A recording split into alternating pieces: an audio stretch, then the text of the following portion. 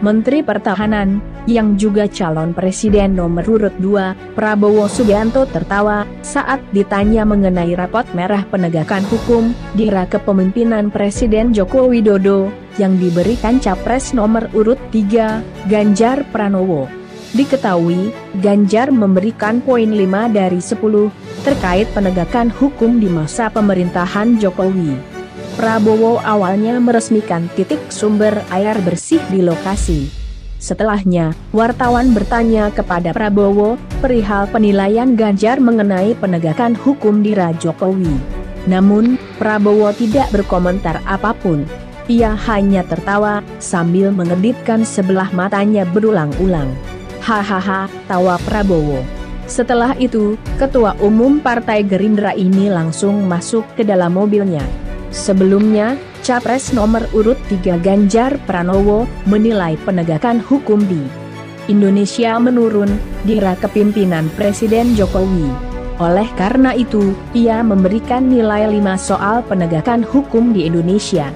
Hal itu disampaikan Ganjar saat pemaparan gagasannya di acara Ikatan Alumni Universitas Negeri Makassar yang digelar di Hotel Sheraton Makassar, Kota Makassar, Sulawesi Selatan, pada 18 November 2023. Turun penegakan hukum, kata Ganjar dalam paparannya. Ganjar menyebutkan bahwa faktor penurunan penegakan hukum di Indonesia lantaran banyaknya intervensi hingga rekayasa yang dilakukan para pemangku kebijakan. Rekayasa dan diintervensi yang membuat kemudian intervensi menjadi hilang, yang imparsial menjadi parsial, ujarnya.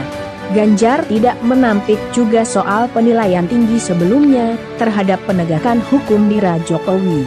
Hal ini dinilainya karena belum muncul kasus yang mencuat dalam beberapa waktu lalu. Namun, Ganjar tidak mau mengungkapkan kasus apa yang membuat dirinya memberikan rapot 5 kepada Jokowi. Ketika belum muncul kasus kemarin. Kasus kemarin kan menelanjangi semuanya dan kita dipertontonkan soal itu.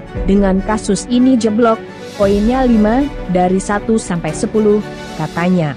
Ganjar lantas berjanji akan berusaha mengembalikan kepercayaan publik kepada penegak hukum jika terpilih di 2024. Ia mengatakan bakal berkolaborasi dengan seluruh pihak untuk membuat regulasi untuk memperbaiki hukum di Indonesia. Ketika kewenangan itu ada dan diberikan kepada seorang pemimpin yang kemudian bikin arusnya itu balik. Dukungan kedua adalah kolaborasi dengan kondisi sosiologi di masyarakat, agamawan, ilmuwan, budayawan, media, ujarnya.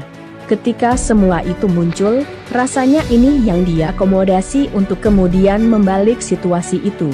Dan kemudian regulasinya tidak mencukupi, jadi ubah regulasinya, ucap Ganjar.